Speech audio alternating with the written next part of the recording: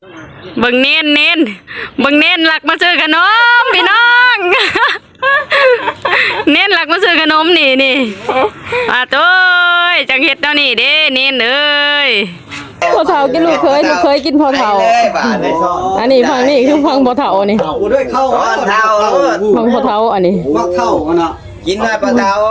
กินหอดพอเฒ่าจักจำได้อ่ะเอาไฟใช้เดียวเลยเตรียมตัวพี่น้องพามะพร้าวเตรียมงานเพื่อนก็ได้ล่างเขาอีกล่างเทื่อกันจ้ะชงไปลูกมันล่างลูกเฮ็ดน้ำข้าวปุ้น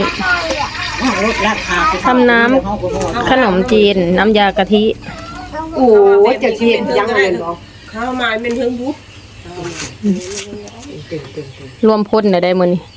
เมื่อวานนี่พากันอันเฮ็ดขนมเมื่อวานเก้านมเก้าต้มผู้นึงไอ้3คน4คนเกาะใบตอง3คน4คนเฮ็ดขนมแพ็คขนม3คน4คนก็ไม่ต้องโฉดนี่คือแพ็คก็มีบ้านก็จะมาไปหน้าหิพกแว่ก็ขอหาเมื่อแล้วก็บัดนี้มาหาตำมาดิโอ้ย่านรถตำแมวมาแล้วบัดนี้มันขี่เลยเหี่ยวเลยแล้วก็ทูแทนน่ะป้าพี่น้องเตรียมงานเด้อห่อข้าวต้มขนมเนาะพี่น้องเนาะ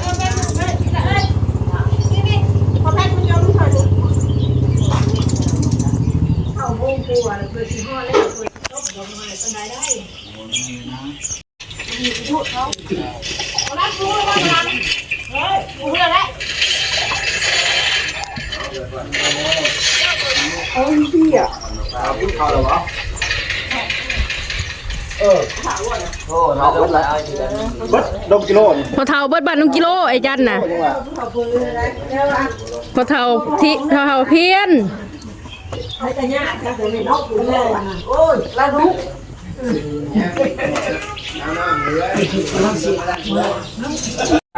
มันคือเอาไปทีไปยังอันนั้นกันผ้าเฮ็ดเราเอากันผ้ามากก็นี่เด้อเจ้าสิแต่งไปหาตัดกันผ้าไปตัดมามื้อนั้นเจ้าคือว่าตัดได้ตัดผ้าหยังเอากันผ้าเขาสิมาเฮ็ดใบสีนี่นี่มีเงินแล้วนี่เอาเจ้าไปตัดมาซะนะบ่ได้จับพูนก็แล้วมีได้ไว้ให้มันแล้วรู้บ่มันลงแล้วมันจวนลงบ่ลงนี่พูดกันแล้วจะน้อยยากเนาะคนมาก็อะไรแล้วมันเลยอันนี้มันว่าอันนี้มันคือหยังนี่ฮะหางหน้าหัวหน้าหางหน้าโอ้ผู้ใดเฮ็ดนี่บ่เฒ่าย่อบ่หรือบ่เฒ่าเพี้ยนแล้วมาหน่อยโอ้ฝีมือเพี้ยนได้ฝีมืองานฝีมือไม่เท่ากับไม่เท่าเพี้ยนบ่เท่าเพี้ยนบ่ไม่จะไปนำมานี่เด้อมึงไปแบกเอาอยู่เฮือนบ่น้อยทุกเด้อให้ตะวังแล้วไปแบกเอาไปเจ้าใครอยู่ก็จะเพี้ยนไปเอาโลดเจ้านั่นน้องก้อยโอ้โหนิ้วแล้วบาดนี่เข้ามานี่ได้ประเด็นเป็นเบ็ดอันนี้แผนกพามะพร้าวแผนกพามะพร้าวอยู่นี่ส่วนแผนกลอกบ่ส่วนนั้นน่ะประธานเด้อพี่น้องประธานใหญ่เด้อคนนั้นมาอยู่3มื้อเลยตั้งแต่มื้อเสียมื้อที่2พุ่นแล้วถามว่าบ่ได้สิมื้อแล้วบุญพุ่นแล้วซั่นประธานใหญ่ได้นี่ได้ผูกไปแล้วอันนี้ฮะรองประธานอันนี้ทั้งพี่น้องผูกบ่ายผูกเบิดขึ้นมาทั้งเพื่อนพี่น้องขึ้นมาทั้งเพื่อนนี่ก็คือห่อข้าวต้มเด้อพี่น้องเด้อ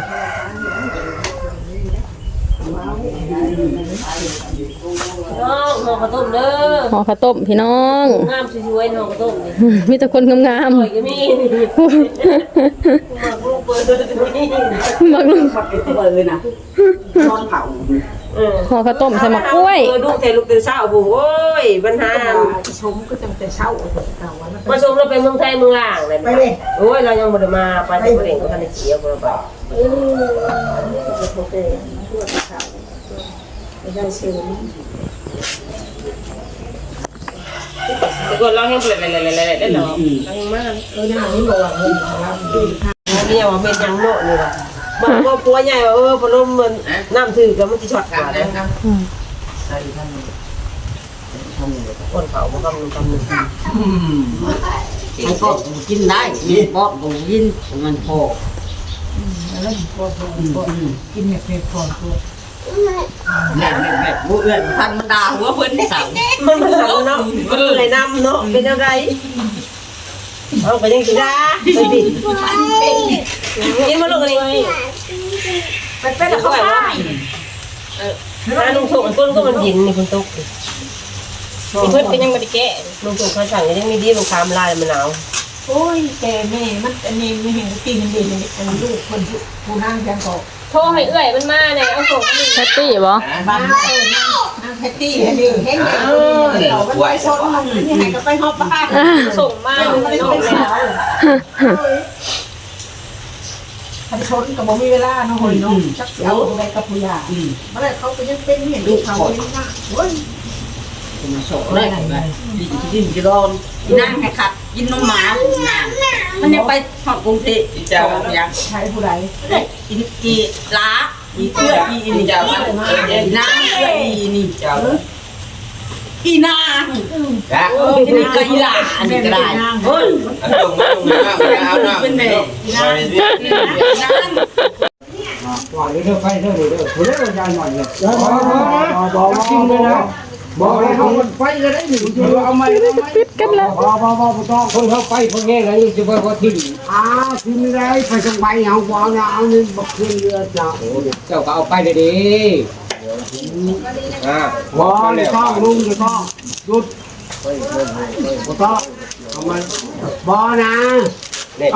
นี่พี่น้องข้าวต้มเราข้าวต้มอันนี้ของใครก่อนยายหอมบ่ คงมียาหอม ของมียายหอมเด้อพี่น้องตัวนี้ อันนี้ของคนอื่นนี่ อันนี้เห็ดกระต้มพัดเด้อพี่น้องเด้อกระต้มคมบ่เฮาสิตัดเห็ดกระต้มพัดแต่ว่า ตัด กระต้มตัดโอเคผู้เฒ่าเพิ่นก็พากันห่อข้าวต้มผู้หนุ่มก็พากันเตรียมงานเนาะสละกระดังไผบางอย่าง มาได้ช่วยนาช่วยป้าเล่ว่าจะได้มา ดูกันนั่นแล้วมาแล้วก็เพื่อเช่าหนวดมาเป็นงานมั่วง่ายควาย นั่นแล้วสิพี่เราจะไม่เท่าแก่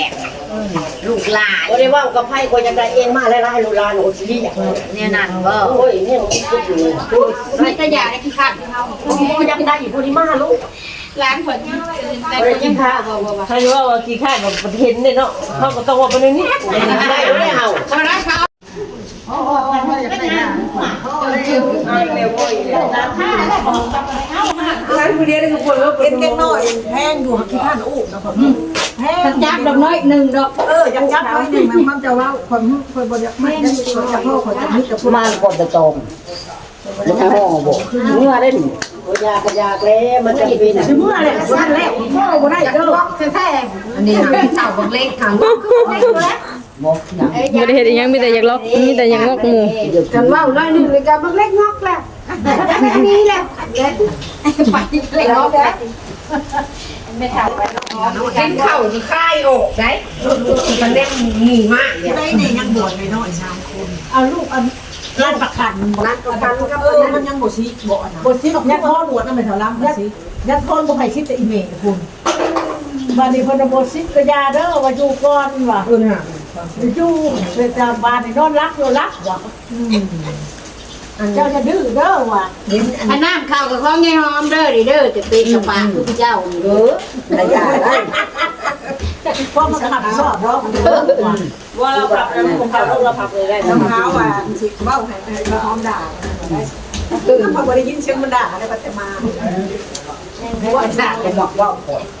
ด่าว่าทำเด้อว่าให้พร้อมด่าก่อนว่าคนบ่ด่า ละมาไม่อยากเขา คุณก้อนเนาะคุณก้อนมันว่าส่วนมายังบ่มาเนาะบ่ได้ แย่งเขาเขาถึงได้แล้วนะหมอ ไผ เขาโตแล้ว อ๋อเอาเปลือกออกเด้บัดนี้เอาเปลือกออกจ้านี่เฮาสิไปอันนี้เฮาสิไปบดเด้อบัดนี้เฮ็ดน้ำขนมจีน พิซซ่าเป็นมากข้าวเลยได้อีก คึกคืนเลยเด้พี่น้องคนมาหลายแล้ว มื้อนี้เป็นมื้อเตรียมเนาะมื้ออื่นเป็นมื้อตั้งเด้อพี่น้องเด้อ แกงจ้าเด้อคุณเจ้าพาน้ำ ไปใส่ ลงวัด นี่บ่ทันคำเป็นบ่ขะเปีย ทั ก นเอาไปโลดมากระตุ้นเพล บ่ขะเปียกให้ได้ ทันโดดจะมุ่งเลยประเทศเว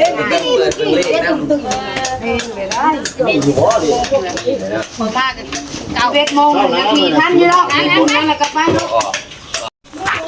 ไปกับพ่อยายเบิ้งอีก ต้มข้าวเลยดึงข้าวอันนี้หม้อข้าวต้มหม้อข้าวต้ม2หม้อทานตัวนั้นมันเปียก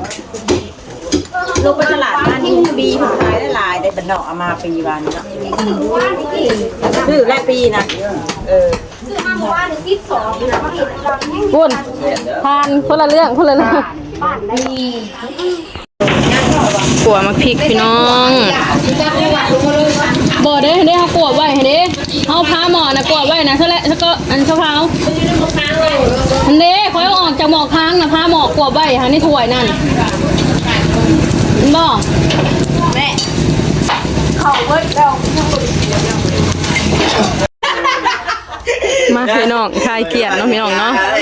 อันนี้คือดินไผ่เพื่อนดีเด้อพี่น้องเพื่อนบุญ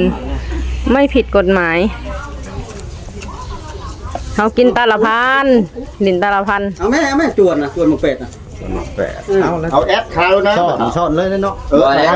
ยังไงจานนี่เจ้าขาก่อนบักซีฟเอาไปลูก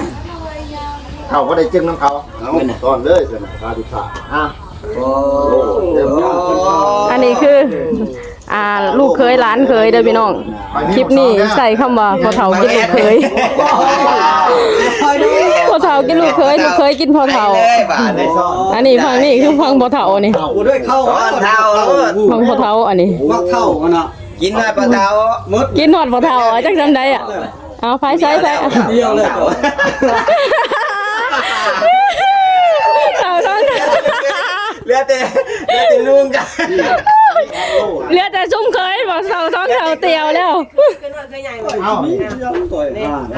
โลนี่ไม่ต้องใจยากป้อมตั้งเงินตั้งเตยตั้งลองบ่านี่ป้อมจ่ายมาอีกมูลพัน ดูกุลพันธ์อีก อันนี้นี่แน่เหลือ2คนนี่ เนี่ยเบิ้ล ลงตัวนี้แบบนี้ลงนะ เบิ้ลเลยตอนนี้ดินลิ้นเลือกพร้อมเด้อบ่นี่เด้อ ได้อยู่ไม่ได้ เลือกพร้อมมาเลยมันขึ้นน้ำเจ้า ลิ้นพอคลายเกียดเด้อพี่น้อง มาได้แม่ ตาละพันกับประมาณ ลงเลย บาท50สตางค์นะพี่น้องตาละบาทกว่า ไอ้เนี่ยสตุกถอนหายใจเหือกหล่นลงยาเนี่ยโอ้ยกำลังได้ ทานเมื่อกี้นี่แต่สิก็จะมีแต่หมกทอง10 ปันแล้วเนาะง่ายบ่โอ้ทานแม่ตัวเนี่ยกี่วันเอามาแอดก่อนค่อยทำแอดกินเนี่ยก่อนไปมีแอดแต่ตีมันโลตายแล้วต้องมีจวนถึงตัวเสียแล้ว เด้อนี่เด้อ เสียแล้ว ทอดสปินตัวนี้ ทำไมลุงเก้าไว้สอนนี่เนาะสอนไปหาเลยนี่ไหนมีเอเดี๋ยวบัดกันมึงนี่เลยเอาตีนล่ะแล้วมีบักเสีย2,000แล้วเบิดเลยมันอยู่ใส่ดีบักแอมลำแล้วโอ้ยบ่ได้แล้วกินยำอยู่แล้วที่กองหิมเขาสอนได้บ่เฒ่าสอนบ่เฮ็ดหยัง คุณน่ะง่าย มุบโดยมาแล้วสอนได้บ่เฒ่าโอ้เข่าปิดเลยบัดนี้สอนมา เอ้า ให้กิน โอ้ยยังตามมาอีก มันบ่มี เตี๋ยว เตี๋ยว สองเข่าเลยเอาประเด็นแล้วของเราโอ้ ตัวบ่ทำกินเลย เอาพอเฒ่ากับลูกเคยอัน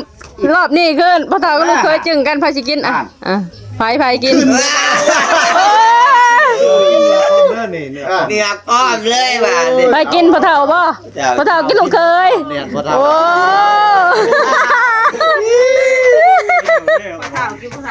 พอเท่ากินลูกเคยรอบนี้นะ แล้วข่าวกระจายเลยไหลเรือแต่เกิน เคยแพ้มันวะ